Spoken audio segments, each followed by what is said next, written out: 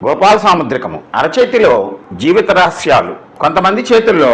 జీవిత రేఖ ప్రారంభం నుండి మెరకగా రెండు రేఖలు కలిసి ఉన్నట్లు మెరకగా ఉండి మధ్యలో నిచ్చెన మెట్ల వలె అనేక రేఖలతోటి కలపబడి ఉంటే ఇటువంటి జీవిత రేఖ కలిగినటువంటి వ్యక్తులు ప్రారంభంలో అంటే 15 సంవత్సరాల నుండి 30 సంవత్సరాల వయసులో గనక ఈ విధంగా ఎక్కడ కనిపించినా, పురుషులైతే ఎదుగుదలలో లోపము, స్త్రీలలో అయితే ఋతుక్రమ సమస్యలు, కొంత బలహీనత కనిపిస్తూ ఉంటుంది. ఇటువంటి సందర్భంలో వీరు విద్యా వ్యాసంగాల్లో వెనుకబడుతూ మధ్య మధ్యలో కొంత అలసత్వాన్ని వహించేటువంటి లక్షణం కనిపిస్తుంది. తల్లిదండ్రులు అటువంటి గుర్తు కలిగినటువంటి వ్యక్తుల జాతకుల యొక్క హస్తాన్ని పరిశీలించి ఆ వయసులో ఏ సమస్యతోటి వారు ఇబ్బంది పడుతున్నారో గమనించి క్షేత్రము అంటే మిగిలినటువంటి హస్తం యొక్క గ్రహస్థానాలను మనం గమనించి తగిన విధంగా మానసిక శారీరక దృఢత్వానికి తరఫీదునిస్తూ ఆ సమస్య నుంచి కొంతవరకు బయటకు రావడానికి ప్రయత్నం చేయవచ్చు. కొంతమందిలో 30 సంవత్సరాల నుండి 45 సంవత్సరాల వయసు మధ్యలో ఇటువంటి గుర్తు కనిపిస్తే, పురుషుల్లో అయితే వీర్యశక్తి లోపం, కండరాల లోపం, ఈ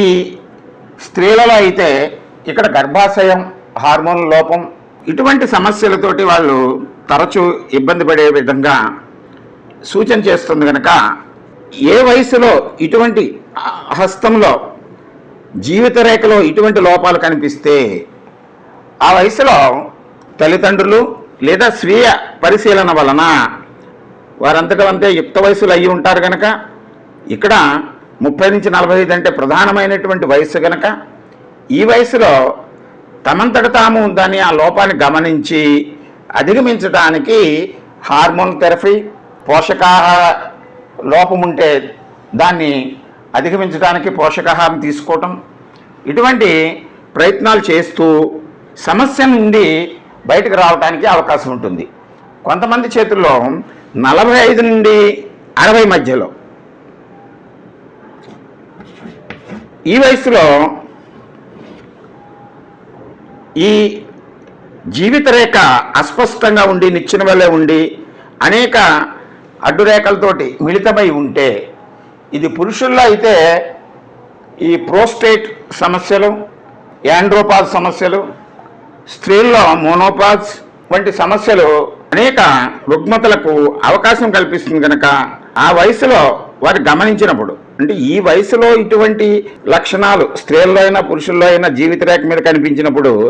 ఆ వయసు వచ్చినప్పుడే మనం జాగ్రత్త తీసుకుందామని కాకుండా ప్రారంభ కాలం నుండి మనం ఏ వయసులో ఈ జాతకాన్ని మనం పరిశీలించుకున్నా, పిల్లలకైతే తల్లిదండ్రులు ప్రారంభం నుంచి కూడా జీవితం ప్రారంభం మెచ్యూరిటీ స్టార్ట్ అయింది అంటే 15 సంవత్సరాల వయసు నుండి, అంటే 15 సంవత్సరాల లోపల కొన్ని రుగ్మతలు సహజంగానే కలుగుతూ ఉంటాయి. అక్కడ రేఖ యొక్క స్పష్టత లోపిస్తూ ఉంటుంది. 15 దగ్గర నుంచి జీవితం చివరి వరకు ఏ వయసులో ఈ రుగ్మతలు కనిపించినా మనకి ఈ రేఖలో అపసవ్యంగా అస్పష్టంగా కనిపించిన ఆ వయసు వచ్చినప్పుడు జాగ్రత్త తీసుకుందామని కాకుండా జీవిత ప్రారంభ కాలం నుండి లేదా మనం తెలుసుకున్న కాలం నుండి తదుపరి వయసులో ఏ రకమైనటువంటి సమస్య వచ్చినా ముందు జాగ్రత్తలతోటి దాని నుంచి అధిగమించడానికి కొంతవరకు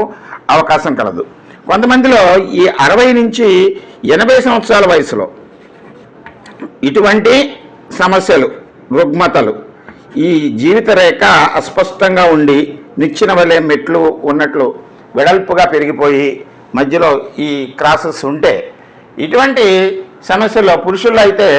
కాళ్ళవాపు, హెర్నియా, సయాటికా వంటి నడుము నొప్పి వంటి సమస్యలు, సెల్యులైటిస్, వేరికోస్ వెయిన్స్, స్త్రీల్లో అయితే నడుము నొప్పి, తుంటి నొప్పి, గర్భాశయ దిగువ భాగాల్లో నొప్పి, థైరాయిడ్, తుంటి ఎముకలు, ఇటువంటి సమస్యలు కనిపించడానికి అవకాశం ఉంటుంది. ఇటువంటి జీవిత రేఖ కలిగినటువంటి వారు ఈ వయసు వరకు ఎదురు చూడకుండా